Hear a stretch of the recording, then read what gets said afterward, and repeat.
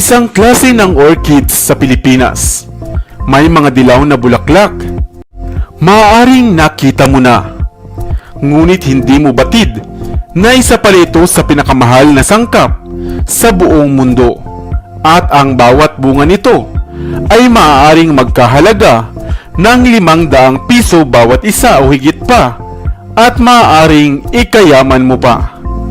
Hello, what's up? Your best here. Pamilyar ka ba sa orchids na ito? O maaaring isa ka na nga rin sa nagmamay-ari nito. Subalit hindi mo alam na isa nga ito sa pinagkakaguluhang orchids at halamang pwede mong pagkakitaan at ikayaman. Kaya naman halika at atin itong pag-usapan. Marami ka na bang koleksyon ng halaman? Marami ka na rin bang alagang mga orchids sa bahay? Pagmasdang mabuti, dahil baka isa na ito sa inyong inaalagaan. Isang klase ng orchids na animoy baging at gumagapang. Ito ang halamang Vanilla flanifolia o Vanilla orchids. At opo, ito nga ang pinagkukunan o pinagmumulan ng sikat at paborito nating flavor na vanilla. Native ang halaman o ang orchids na ito sa mga bansang Mexico, Central America, Colombia at Brazil. Subalit sa kasalukuyan ay marami na ring mga bansa ang nagpo-propagate nito upang maging kabuhayan. Gaya din dito sa atin sa Pilipinas. Subalit maaari lamang mabuhay ang orchids na ito o ang vanilla orchids sa mga may lamig at mahamog na klima tulad sa mga mataas na kabundukan, at maaaring napuna mo na nga ito kung madalas ka ngang nasa kagubatan. Ang halamang vanilla ay isang evergreen na klase ng halaman. Maaaring mabuhay sa lupa o tumubo sa kahoy lamang gamit ang kanilang terrestrial roots. May mga dahon itong paublong na patilos sa dulo at may kulay na dark green. Ang mga bulaklak naman ito ay kulay yellow-green at napaka-sensitibo. Ito ay kadalasang bumubukad nga sa umaga at malalanta rin pagsapit ng hapon. At kung sa gubat mo nga ito nakita, ay tiyak na wala itong bunga, na siyang napakamahal. Ito kasi ay nangangailangan ng espesyal na pollinator upang mamunga. Karaniwang binabaliktad ang anther nito patungo sa kanyang stigma upang ito ay mamunga. At dahil nga sa pangalawa ang vanilla sa pinakamahal na sangkap sa buong mundo, na umaabot na nga sa 67 to 70 US dollar ang bawat kilo, kaya maging dito sa atin sa Pilipinas ay may mangilan-ngilan na ring nagtatanim at nagpapabulaklak o nagpo-propagate nito.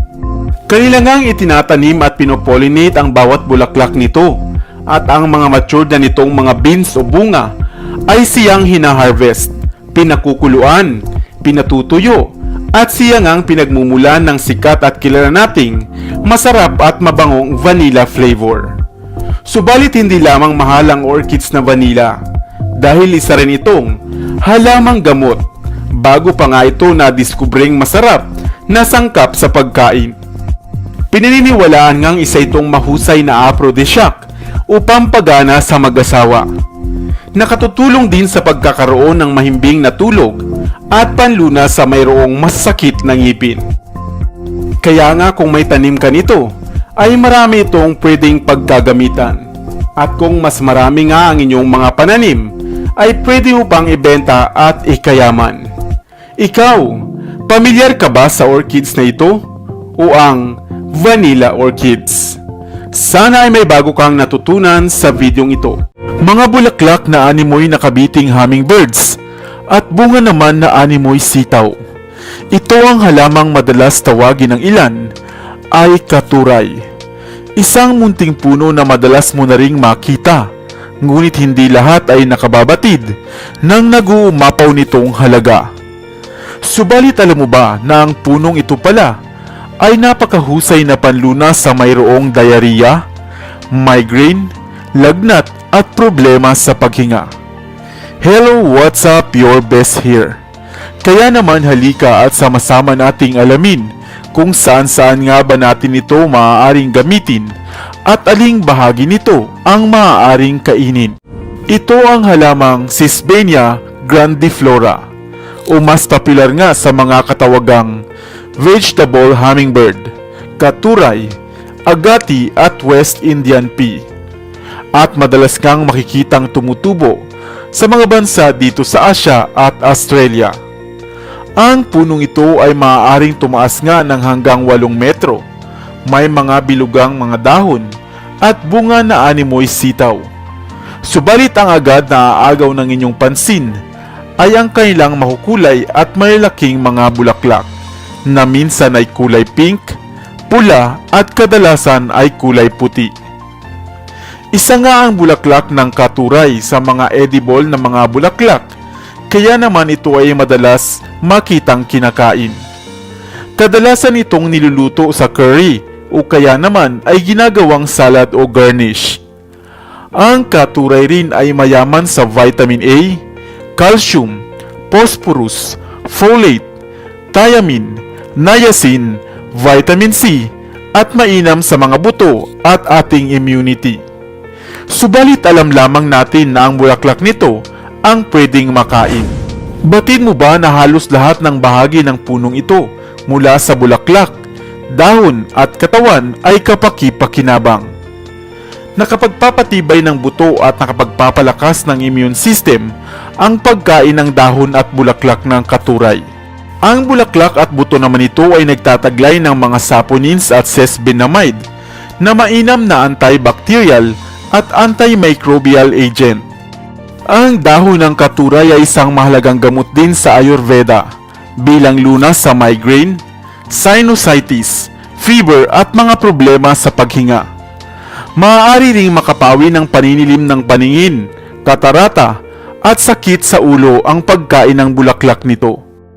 Ang tinataglay namang cysteine ng mga dahon nito ay isang mahusay na antioxidant at antimicrobial property.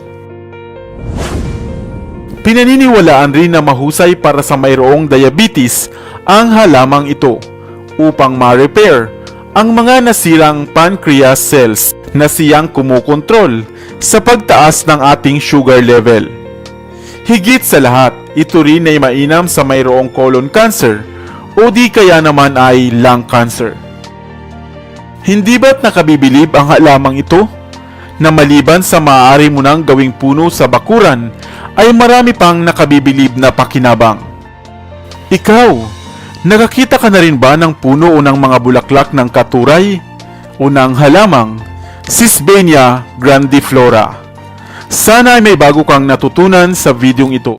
Tara bes, tuklasin natin ang mundong mahiwaga. Libutin natin ang mundo ng magkasama. Matuto ng nalilibang, sang ka ba? Dito yan sa Best TV, halika tara Dito na. na sa Best TV, tayo ay matuto. Utak mapuno ng